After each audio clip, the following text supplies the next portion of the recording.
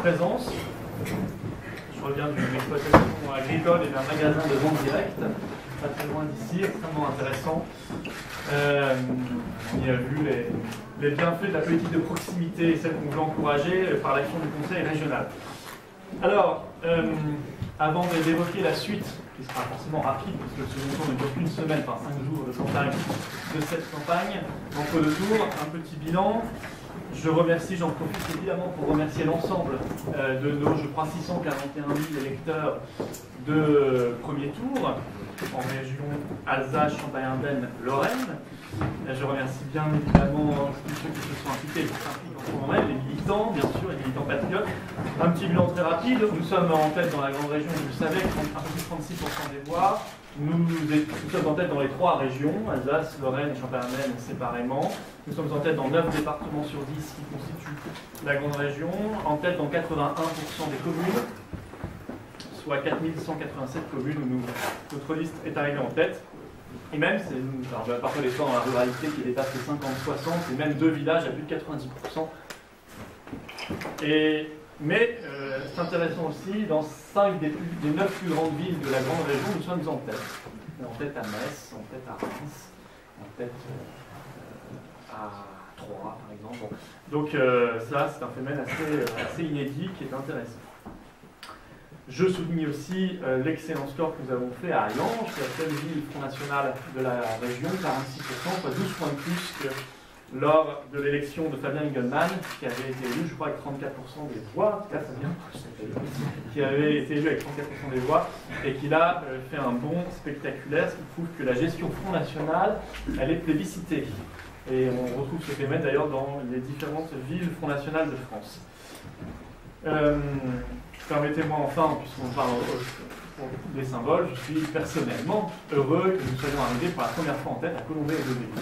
Chaque année, nous avons dépassé de 3,5 points pour la première fois l'UMP là-bas avec 42,7% des voix. Je lance évidemment aujourd'hui, j'en profite, un appel à la mobilisation générale. Je n'ai pas besoin de le faire concernant nos militants parce que je sais qu'ils sont sur le terrain avec beaucoup d'enthousiasme et d'ardeur depuis déjà lundi matin et qu'ils vont continuer jusqu'à vendredi minuit. Mais je lance bien sûr aussi un appel à la mobilisation générale à l'ensemble des électeurs.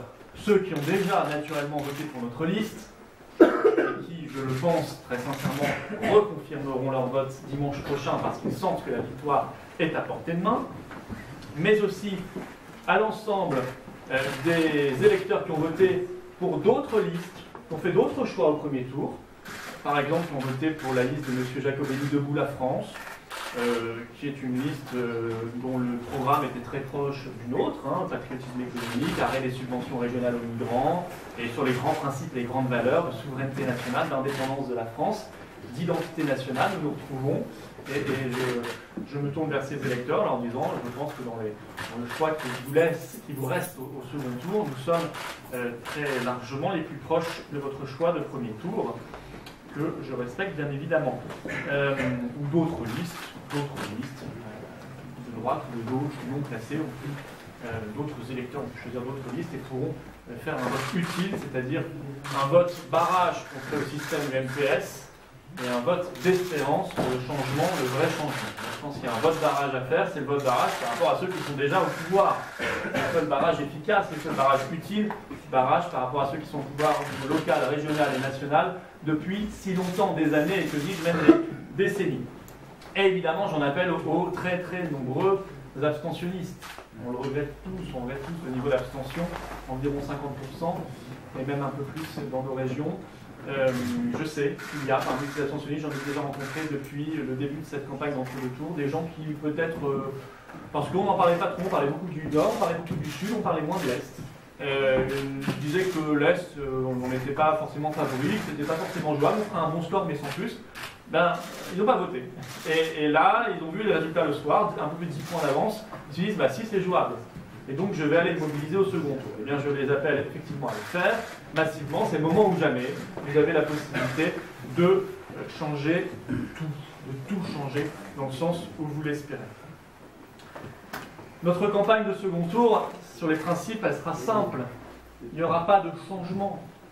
Nous avons bien sûr la même liste, les mêmes hommes et femmes de qualité, de terrain, dont beaucoup sont élus conseillers régionaux déjà, ou élus municipaux, qui connaissent leurs dossiers, qui connaissent leur ville, qui connaissent leur région, qui connaissent leur département. Et nous continuerons bien sûr sur le même projet. La campagne de second tour, elle est simple, c'est le projet, rien que le projet, la région, rien que la région. Voilà. Quand je visitais tout à l'heure l'exploitation agricole, l'élevage et le magasin de proximité de vente directe de produits locaux, c'était pour parler du patriotisme agricole, du patriotisme économique, de ce soutien à la ruralité qui vraiment nous porte et auquel nous sommes très attachés. Nous sommes clairs dans nos convictions, nous sommes clairs dans nos idées, et nous continuerons de les développer. La tambouille politicienne, pour le dire très clairement, ne m'intéresse pas. Or, depuis 48 heures, l'actualité est remplie de tambouilles politiciennes. La marmite est pleine. La marmite devrait être pleine d'idées, de débats de fond, d'arguments, de projets contre projets. Alors la marmite est pleine de tambouilles politiciennes. Alors parfois à la sauce Valls, parfois à la sauce Sarkozy, et tout le temps à la sauce UMPS. On parle accord, on parle retrait, on parle fusion, on parle de pression sur des colistiers chez M. Masseray, d'intimidation même contre des colistiers. J'entends M. Valls eh bien, mobiliser toute son attention et toute son énergie dans la lutte contre le Front National, et en particulier dans 3 régions, le Nord, le Sud et le Grand Est, où nous sommes. Comme si M. Valls avait déjà laissé tomber et jeté aux orties la pseudo-guerre, il le dit lui-même, contre le terrorisme islamiste. Comme si les 130 morts étaient déjà oubliés. Comme si les 6 millions de chômeurs n'existaient plus. Comme si les 10 millions de pauvres n'avaient plus aucune importance.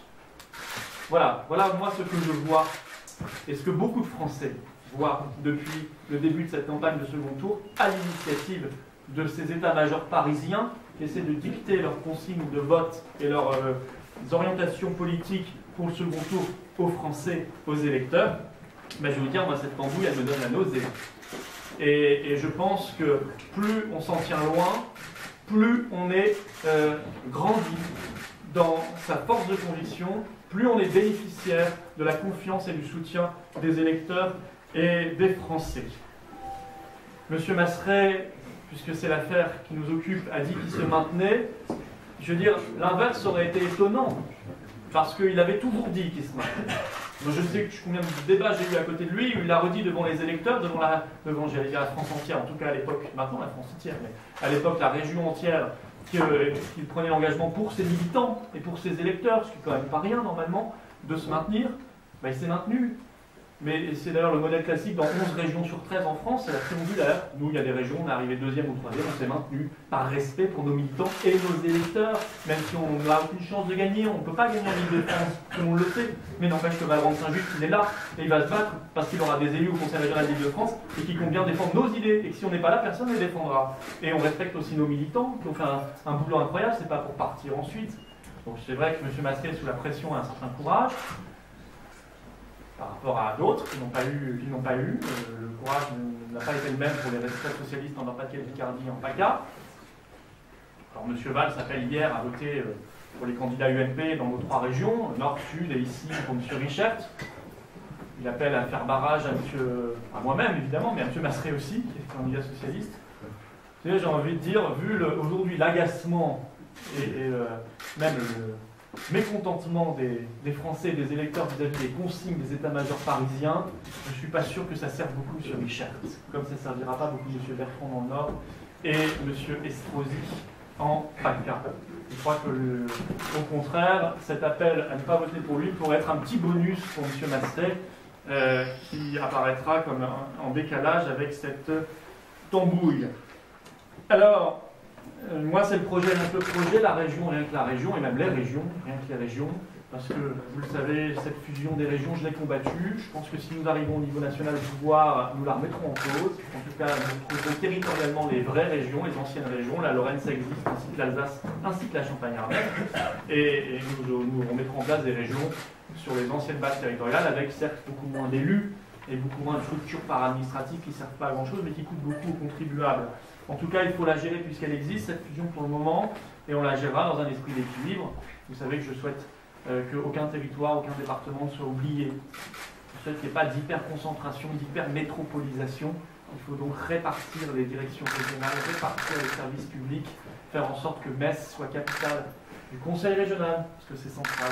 On se batte pour que Châlons soit préfecture de région. Ça dépend de l'État, cette décision, mais si on ne se bat pas, c'est sûr qu'on ne l'obtiendra pas. Si on se bat, on peut avoir une chance de l'obtenir.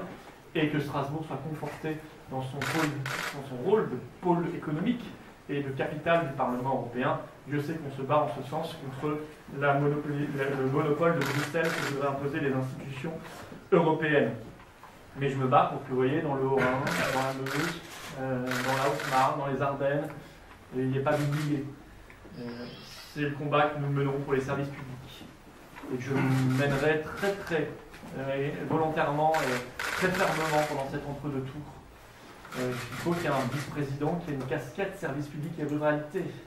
Je l'ai déjà dit, mais je le redis avec force, parce que je vois beaucoup trop de communes qui sont en train de dépérir. J'en ai visité beaucoup pendant cette campagne et déjà avant, et qui perdent leur dessert de train, leur poste, leur gendarmerie, une classe d'école, etc., etc. Et à la fin, il ne reste absolument plus rien.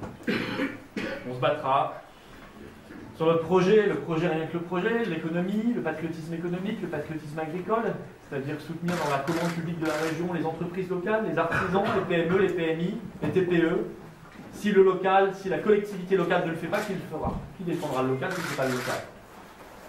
Défendre de la même manière nos agriculteurs de proximité, en faisant en sorte qu'on serve dans les cantines, des lycées, des centres de formation d'apprentis, des produits locaux, beaucoup plus fortement, majoritairement, qu'aujourd'hui. Puis on se battra pour une région tournée vers l'avenir. Ça veut dire une région qui regarde vers l'innovation, qui regarde vers les pôles économiques d'avenir. On a une filière bois très compétitive qui pourrait être à plus forte valeur ajoutée, il faut se battre en ce sens. Une filière vin, on va devenir une des principales régions vinicoles du monde et de France. Et la filière d'économie du vieillissement, qui est forcément une filière d'avenir, puisque notre société et nos régions vieillissent. C'est très moderne, c'est la domotique, ce sont aussi des services à la personne, c'est l'adaptation des transports aux personnes handicapées, aux personnes âgées, aux personnes dépendantes. Et puis ça, investir dans la recherche et l'innovation. Moi, quand je vois le président sortant d'Alsace, M. Richet, le cancre de la classe, qui a baissé l'an dernier son budget recherche et innovation régional de 11%. D'autres les ont baissés aussi, parce que c'est vrai qu'il y a des restrictions budgétaires, mais lui, c'est le cancre, il a baissé plus fortement qu'ailleurs. C'est l'inverse qu'il faut faire, il faut mettre le paquet sur la recherche et l'innovation. Cancre aussi, quand il baisse de 22% l'apprentissage, plus encore qu'en Lorraine et en Champagne-Ardenne. Cancre, enfin, quand il a la dette par habitant la plus élevée des trois régions. Il nous dit c'est le TGV Est, la LGV. Oui, enfin, la Lorraine aussi a pris sa part pour la LGV. Elle est très endettée, beaucoup trop, mais l'Alsace sous la gestion Richard, il y a encore plus par habitant. Donc ça veut dire lutter contre les gaspillages. Ça veut dire que, par exemple, moi je supprimerai immédiatement les 350 000 € par an de subventions à l'accueil des migrants. On a autre chose à faire de cet argent. Notamment, on doit le mettre pour aider nos anciens, nos personnes âgées.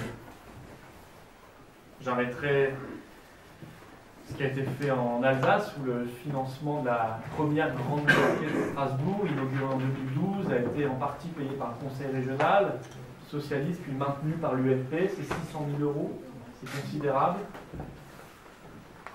Je ferai en sorte que on préserve notre mode de vie, et donc préserver le concordat, le droit local en Moselle, au Rhin, Bas-Rhin, tels qu'ils sont.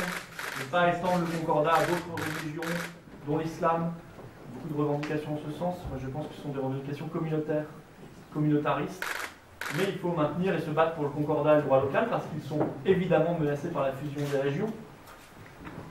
Et que si on n'y prend pas garde, on perdra ce concordat et ce droit local dans notre propre. Ça veut dire aussi qu'il faut donner un coup de pouce aux travailleurs frontaliers. Ça fait longtemps que moi je propose un pass. C'est bien le retour des contrôles aux frontières, et il est d'ailleurs imparfait. C'est indispensable pour notre sécurité nationale. Quand on a vu que les terroristes sont passés par la route des migrants, sont arrivés en France sans qu'on le sache, on voit que c'est indispensable à la sécurité nationale pour lutter contre l'immigration clandestine, les trafics en tout genre. Il faut créer des passes routiers pour les travailleurs frontaliers. Aujourd'hui, on a toute la technologie pour le faire. Il faut le faire rapidement. Il faut faire en sorte d'être vigilant vis-à-vis de leurs conditions de retraite, parce que certains, parfois, ont des problèmes arrivent à la retraite et voir qu'ils sont perdants. Donc, je pense qu'il faut qu'on soit à leur côté, bien évidemment. J'en profite pour dire que la coopération frontalière sera évidemment maintenue. J'ai entendu des bêtises là-dessus dans la bouche de mes adversaires. Ils ne savent plus quoi inventer. Hein. C'est mensonge sur mensonge. Quand on dit des choses, il faut dire des choses vraies. C'est-à-dire qu'ils n'ont pas d'argument. Ils sont obligés de m'inventer un projet parce qu'ils trouvent que le bien est très bien. Manifestement. Bon, la coopération frontalière sera évidemment maintenue. Évidemment. Et on verra même comment on peut travailler plus intelligemment sur plein de secteurs, sur plein de domaines. La santé, la sécurité, l'économie. En revanche, aller financer un puits à l'autre bout du monde, comme j'ai vu au Togo, bon, ça peut se faire par l'aide française au développement, ça existe, mais c'est l'État qui va le faire. C'est pas la région. La région, chaque euro dépensé par la région doit revenir à la région. Et puis, vous proposez de taxer... J'ai pas tout à fait fini ma conférence de presse, monsieur. C'était sur votre sujet. Oui, vous proposez de taxer les camions étrangers. Est-ce que dans ce contexte, nos voisins transfrontaliers voudront toujours collaborer et travailler avec la Lorraine et l'ALCA? Ah, écoutez, moi je suis très favorable effectivement à une taxe sur les poids lourds étrangers, rappelant que ce n'est pas une prérogative directe du Conseil régional, qu'il faut se battre pour l'obtenir, et qu'il faudrait d'ailleurs se battre pour l'obtenir dans l'ensemble de la France. Mais je ne veux pas pénaliser les camions français. Mais je considère que les camions étrangers, ils usent nos routes, ils concurrencent nos transporteurs français, qui sont d'ailleurs souvent en mal en point, à cause aussi de la directive détachement des travailleurs, on le sait, mais il est indispensable qu'ils contribuent. Voilà, ils contribuent à tout cela.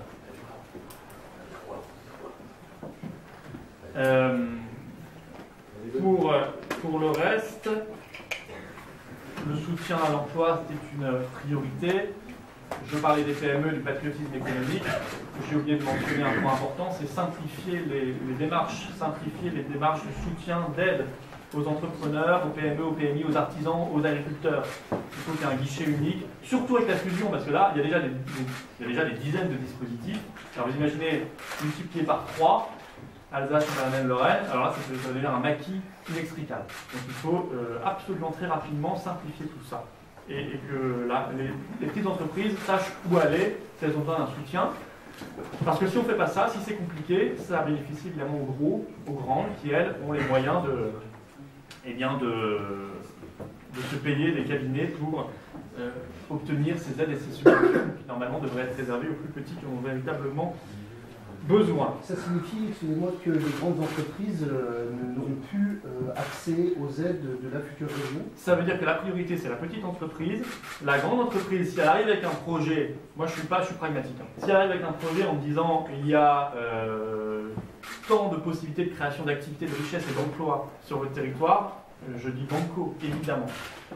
Mais je conditionne les aides. Déjà, je regarde le dossier en profondeur. Il ne s'agit pas de reproduire un scandale fiscal et d'ampleur, les 21 millions d'euros qui s'envolent, qui partent en fumée, alors que c'est plutôt un avion qui aurait dû s'envoler. Et donc on conditionne, on regarde les dossiers précisément, et puis on conditionne les aides. En cas de délocalisation, licenciement massif ou embauche de travailleurs détachés, il faut que ce soit écrit en amont dans un contrat, vous devez rembourser le conseil régional. Voilà. Il ne s'agit plus de faire n'importe quoi. Mais on est pragmatique, s'il y a un projet très intéressant qui vient, qu'il soit français ou étranger, il faut pouvoir l'accueillir pour redynamiser des territoires qui manquent d'emploi. Aujourd'hui, on manque d'emploi, clairement. On a été frappé très très violemment par la désindustrialisation. Et là, je voyais le petit magasin de vente directe que je viens de visiter, me disait que c'est un projet génial. C'est un projet qui revitalise un village de 1200 habitants en plus. En plus de proposer de la qualité, ça marche bien, il n'y a pas un problème de clients, ça marche bien. Il y a de plus en plus de clients, il y a le bouche à oreille. Seulement, ils pensent fermer. Ils pensent fermer parce qu'ils payent trop de charges, parce qu'ils ne sont pas soutenus. Là, on marche sur la tête. Là, vraiment, on marche sur la tête. Alors, ça ne dépend pas que de la région, vous savez très bien le problème du RSI, des charges sociales, etc., qui dépendent de la politique d'État. Mais il faut que la région prenne sa part dans cette simplification et dans ce soutien aux petits, à ceux qui créent l'emploi, et aux plus modestes, bien évidemment. Voilà ce que je pouvais dire pour cette reprise de campagne. Je pars ensuite en Champagne-Ardenne, dans la Marne, près de Reims, faire un meeting. Je ferai donc 3 grands meetings, le premier chacun dans une des 3 régions. Donc le premier en Champagne-Ardenne, le deuxième demain en Alsace, puis vendredi en Lorraine. Et nous avons, en Meurthe-et-Moselle, et nous avons jeudi soir le meeting national autour de Marine Le Pen, comme vous le savez. Vous proposez la création d'une police régionale. Comment vous allez faire? Est-ce que c'est la compétence d'un président de région? Et est-ce que ce n'est pas déjà un programme national? Police régionale des transports. Expliquez-nous. C'est uniquement dans la... Alors, c'est le modèle de ce que les élus, quand il y en avait, il y en aura de nouveau, il y en a eu à l'époque en Ile-de-France, les élus régionaux Front National s'étaient battus pour une police régionale des transports en Ile-de-France à l'époque. Et il faut que la région, puisque la région gère maintenant les transports, se rapproche de l'autorité étatique, puisque c'est l'État qui gère la sécurité nationale et la police, sauf les polices municipales, pour mettre en place ensemble, dans une coopération, dans un partenariat, cette police régionale des transports pour les 3 régions. Florian Philippot, ce soir, on risque de se retrouver dans un cas de figure beaucoup plus simple pour les lecteurs. Donc pour vous, c'est peut-être moins le cas. À savoir que vous risquez d'être seul en piste contre Philippe Richard, compte tenu du fait que sa liste risque d'être retirée à 18h faute de combattants particuliers. Du coup, la partie risque d'être singulièrement plus ardue pour vous. Comment vous le... Écoutez, moi j'ai toujours dit, quelle que soit la configuration, nous sommes en mesure de l'emporter parce qu'il y a une dynamique, il y a une lame de fond. Il y a vraiment une lame de fond qu'on sent, très puissante, et qu'il y a des réserves importantes dans d'autres votes chez les abstentionnistes. Si le cas de figure que vous dites se réalise, pour l'instant j'en sais rien, il sera le produit d'intimidations qui ont eu lieu, on le sait, extrêmement fortes sur les colistiers, parce que ce n'est pas M. Masseret qui aura retiré sa liste, ce sont ces colistiers qui auront été pressés de partir, de se retirer. Sous le poids de pression, je crois même que M. Valls a pris son téléphone pour les appeler. Dans quelle démocratie on voit ça? Un chef de gouvernement, dans un pays en plus comme la France, qui est soumis à tant de problèmes, un chef de gouvernement ne passe sa journée à appeler des colistiers d'une liste dans une région pour qu'ils s'en aillent. Vous imaginez le niveau de délabrement démocratique de notre pays? C'est effrayant. Ce sera le fruit d'intimidation. Je pense que ce sera un bras d'honneur qui aura été fait aux électeurs de gauche et aux militants. Moi, je n'oublie pas les militants, parce que moi, je ne partage pas les mêmes idées que M. Masseret, mais moi, si je m'étais retiré, quelle que soit la configuration, alors que les militants du Front ont fait un boulot remarquable, qu'il y a tant d'électeurs quand même qui nous auraient fait confiance, qui auraient cru en nous, qui nous auraient écoutés dans les meetings, dans les émissions, qui seraient venus nous voir, et je me retire sous la pression même du Premier ministre, là, je trouve que ce serait tellement terrifiant pour les militants et les électeurs que je pense que ces électeurs et ces militants seront furieux. Ils seront furieux. Et je n'hésiterai pas à me tourner vers eux en leur disant, vous savez, on vous méprise tellement, on vous méprise depuis des années, mais ils vous méprisent tellement, ce système vous méprise tellement, vous considère tellement comme de la chair à voter, et vient de vous faire un bras d'honneur monumental, empêchant d'ailleurs l'expression démocratique normale. C'est bien que dans les assemblées, il y a de la diversité.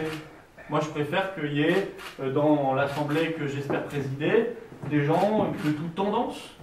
Je préfère qu'il y ait des gens de gauche, des écolos, des gens de droite, des souverainistes, des régionalistes, même si vous voulez, tout le monde. Je veux dire, ça fait vivre le débat, c'est préférable pour tout le monde. Pour tout le monde. Là, il s'agirait de museler l'expression démocratique. Bon, ça en dit long sur le sens des priorités de M. Valls quand même. Ça en dit long aussi sur cette tambour du NPS qui commence, je crois, à bien faire et à fatiguer tout le monde. Et je n'hésiterai pas à me tourner vers, évidemment, les électeurs de gauche, y compris ceux qui ont voté pour M. Masseret au premier tour, en leur disant je crois qu'on se fiche de vous au plus haut niveau. Avec quelle chance de succès, vous pensez? Les chances que vont bien nous donner les électeurs, mais les chances de succès réelles. Parce qu'encore une fois, il y a une forme dynamique. Il n'y a pas du tout de dynamique chez notre adversaire et d'ailleurs nos adversaires en ce moment. Ça me paraît évident. Une dynamique baissière, ça existe aussi.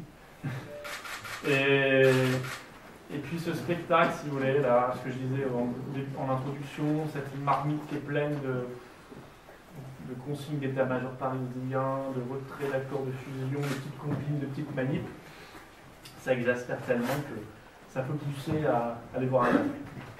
Comment est-ce que vous allez travailler avec éventuellement la gauche ou la liste du centre-droite si vous propose au sein de l'Assemblée des projets? Est-ce que vous allez faire écouter, est-ce que vous allez vous battre pour ces projets? Ah bah, si vous voulez, c'est l'opposition.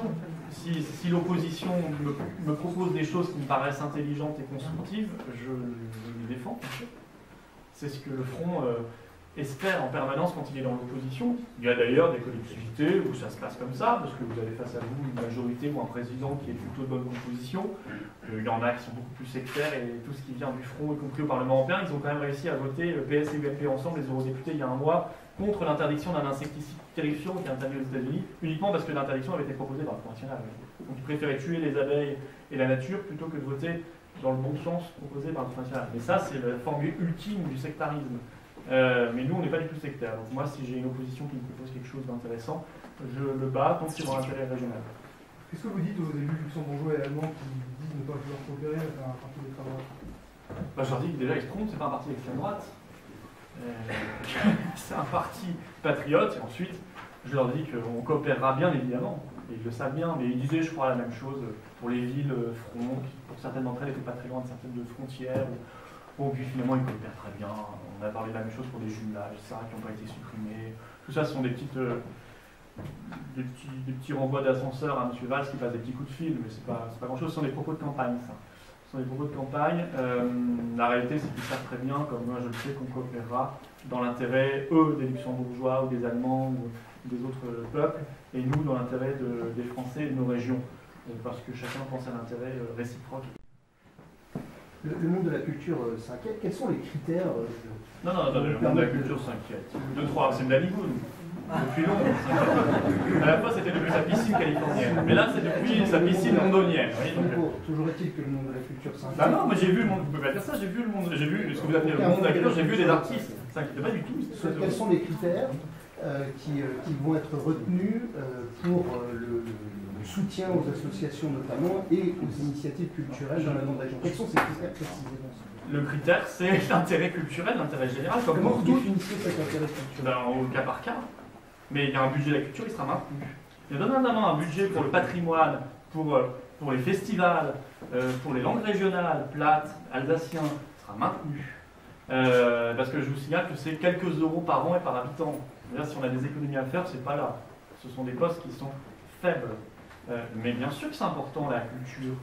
Ne confondez pas le showbiz subventionné, qui signe des articles qu'on lui écrit, et le vrai monde de la culture, c'est-à-dire les gens qui font la culture au quotidien, qui animent les festivals, qui animent les fêtes locales. Dans les villes francs, c'est très animé. On avait fait le même sketch quand même aux électeurs, on leur avait dit attention, ça va être un désert culturel, ils vont fermer les maisons de culture, ils vont mettre des barbelés, et puis il y aura une nuée de sauterelles à la fin. J'ai pas vu de sauterelles à Iron. Vous dites que vous verrez au cas par cas, mais c'est quand même un problème. Non, j'ai dit, comme je lutterai contre le communautarisme, oui, je demanderai pour les associations qui interviennent dans le champ social, oui, dans le champ social, de s'engager à respecter le non-communautarisme, enfin des choses de base, les lois de la République, bien sûr. Monsieur Dupont, parmi vos engagements, j'ai dit manger français dans les lycées. Est-ce que vous pouvez expliquer ce que ça signifie? C'est par rapport aux produits, par rapport non, c'est il y aura quand même encore des spaghettis, des pizzas. Mais non, ça veut dire faire travailler, ça veut dire manger français pour faire travailler les producteurs locaux, c'est ça que ça veut dire. C'est ça que ça veut dire. Ça veut dire faire travailler, ça veut dire manger, servir des plats qui sont des produits. Majoritairement, on ne pourra pas faire à 100%, c'est bien, mais majoritairement des produits qui viennent de l'agriculture locale pour faire travailler nos agriculteurs locaux, notre élevage local, et c'est bien l'objectif. Vous avez dit que si vous gagneriez, vous habiteriez en région. Ou même si je perds. Mais, ça fait, je crois, 4 ans que vous êtes ici et vous êtes candidat pour l'organisation. Bah, je suis, moi je suis en ce moment entre Forbach, Paris, Strasbourg et Bruxelles.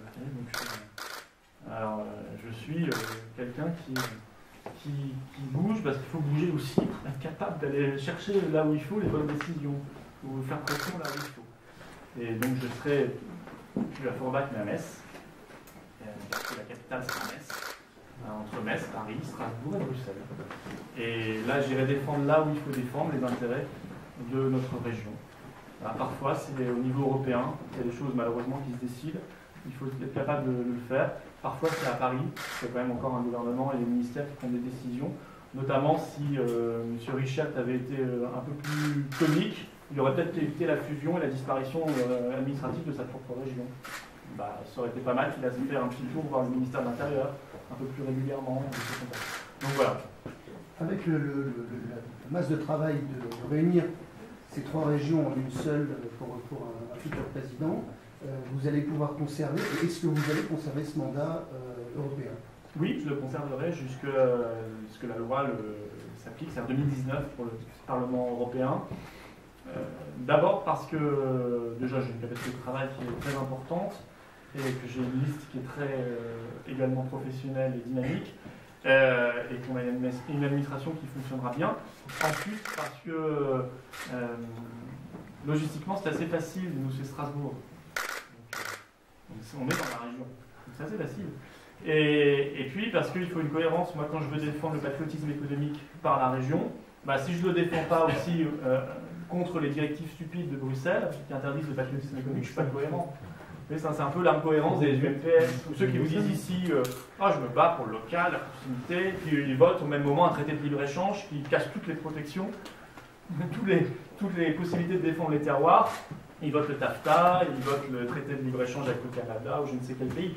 Il y a une cohérence à avoir, il faut la mener à tous les niveaux, cette cohérence. Tous ces combats doivent être menés en même temps, parce que sinon, s'il y en a un seul qu'on perd, on perd tout. Vous dites que je défendrai le droit local et le concordat. Est-ce que le droit local vous paraît menacé aujourd'hui? Je pense qu'il est menacé par la fusion, notamment, pas que, mais notamment, les menaces se renforcent avec la fusion. Parce que, autant quand le Haut-Rhin et le Bas-Rhin forment une seule région, c'est une évidence, ça paraît simple. Quand la Moselle fait partie de la Lorraine, ça paraît simple. Bon, il y a déjà plusieurs départements qui ne sont pas concernés, mais ça paraît plus simple. Quand vous êtes noyé dans un espace si vaste, 10 départements, 3 régions, il y a des pressions qui peuvent s'organiser. Vous pouvez être minoritaire, vous pouvez être mis en minorité. Les élus de ces départements, si tenté d'ailleurs qu'ils soient tous attachés au droit local, ce qui n'est pas le cas, pourraient être mis en minorité si jamais le reste de la région voulait faire disparaître, ou en tout cas demander la disparition. La région ne pourrait pas le faire elle-même, mais demander la disparition. Non, il faut être extrêmement vigilant. Moi, les choses sont claires. Sous mon mandat, on se battra au concordat et le droit local tel quel. Vous parlez souvent de laïcité, mais du coup, le concordat n'est pas du tout laïque. Bah si, ça fait partie de la laïcité, de la République intelligente. La République laïque, elle n'est pas dogmatique. La République laïque, elle est intelligente. Elle compte aussi, elle fait aussi avec l'histoire. L'histoire est compliquée, mais elle est comme ça. Et on s'en est toujours accommodé. Personne ne considère que la laïcité est menacée parce qu'il y a le concordat ou le droit local, ou le concordat plutôt. Non, les menaces contre la laïcité, elles ne sont pas là aujourd'hui. Hein. Elles sont dans le fondamentalisme islamiste. Est-ce que vous voulez faire des régions des vitrines en vue des élections de 2017? Bah, je pense que normalement, chaque élu, chaque exécutif a à cœur de faire, comme vous dites, de sa collectivité une vitrine. C'est-à-dire qu'on a envie de la gérer le mieux possible. Je crois que Fabien Allange, il veut faire le mieux possible. Nos autres maires aussi, mais j'imagine que dans d'autres partis, normalement aussi. Et pour la région, on fera, oui, on voudra être les plus performants possible, mais d'abord dans l'intérêt régional. Si après, en 2017, à la présidentielle, quand Marine Le Pen sera candidate, il se trouve qu'on a des régions Front National et que ces régions ont été bien gérées comme nos villes le sont, bah, ce sera un plus dans la présidentielle. Mais on ne fera pas ça pour la présidentielle, on fera ça d'abord parce que c'est bien pour l'intérêt de la région. Ça vous va? Au niveau régional, pardon, au niveau régional, depuis 2013 en Lorraine, il y a 4 conseillers, je crois, qui sont partis. Au niveau d'Ayan, c'est en un an et demi, 3 premiers adjoints, 2 adjoints de tête. Voilà, sont dans le troisième. Est-ce que ça veut dire que l'union des débutantistes aux responsabilités est prévue? Bah, je crois qu'en Lorraine, ils sont partis en 2013, pile, au début 2013. Ils sont partis, ils m'ont accusé tous les mois à l'époque, je les avais jamais rencontrés. Ils sont partis. Mais non, bah, c'était, je crois, je sais même plus. Là, différentes raisons. Puis après, c'est le remplacement de l'assistant de groupe. Ah oui, il y avait un assistant de groupe, il y avait remplacé, ça ne plaisait pas. C'est des affaires. Non, mais là, on a une équipe. C'est vrai qu'il y a eu du. Moi, je suis pragmatique. Il y a des élus qui travaillent très bien. Françoise, j'ai souhaité la mettre deuxième de liste derrière moi en Moselle. Thierry est reconduit en position éligible en Moselle. Il y en a d'autres dans tous les départements. Puis j'ai voulu aussi, quand c'était nécessaire, faire venir de nouvelles personnes. Kevin, qui est à côté de moi sur la départementale de Moselle, il sera élu. Fabien maire d'Allange, évidemment. Et c'est pareil dans tous les départements, c'est la méritocratie. Donc il n'y a ni reconduction systématique des anciens, c'est pas comme ça que je fonctionne. Et en même temps, on ne pénalise pas les anciens parce qu'ils sont anciens. Donc je regarde simplement si, quel que soit l'âge ou l'expérience, ils sont bons, ils me semblent bons ou pas bons. Le nom de cette future région, Sujet. région Alsace-Champagne-Ardenne-Lorraine, c'est un petit peu compliqué. Est-ce que vous avez déjà, si vous êtes élu, une idée que vous proposerez à votre assemblée? Alors, c'est vrai, c'est un vrai sujet. On a lancé une consultation internet en juillet sur vousavezlaparole.net. On a eu 4000 quelque chose, je ne sais plus combien de réponses. Libre au départ, donc voilà. On s'est engagé à prendre les 10 premières réponses, on l'a fait, et depuis fin octobre ou début novembre, les gens sur le même site, encore maintenant, peuvent voter, donc j'ai eu des milliers de votes, sur les 10 premières propositions, enfin les 10 propositions qui ont été proposées le plus souvent, et on prendra, je pense, les 3, on fera, donc c'est l'Assemblée régionale qui en décidera, on prendra les 3 premiers noms qui arriveront, et puis les élus trancheront, les élus décideront, mais pour l'instant, c'est Alsace, Champagne-Ardenne, Lorraine. De toute façon, parce que je ne suis pas sûr que la fusion soit éternelle, je vous l'ai dit, ça ne viendra pas de nous, le Conseil régional, mais ça peut venir de l'autorité nationale. Et 2, parce qu'il y a des marques mondes, parce qu'il y a des identités, parce qu'il y a de la culture dans ces noms. Il y a quelque chose. Il y a l'Alsace, il y a la Lorraine, tout ça, ça existe, la Champagne, les Ardennes. C'est compliqué de se dire quand même que ces noms-là pourraient disparaître d'une identité d'un nom. C'est pas rien un nom. C'est même pour des raisons autres que culturelles, même économiquement, ça peut être gênant. Le champagne, c'est une marque monde, par exemple.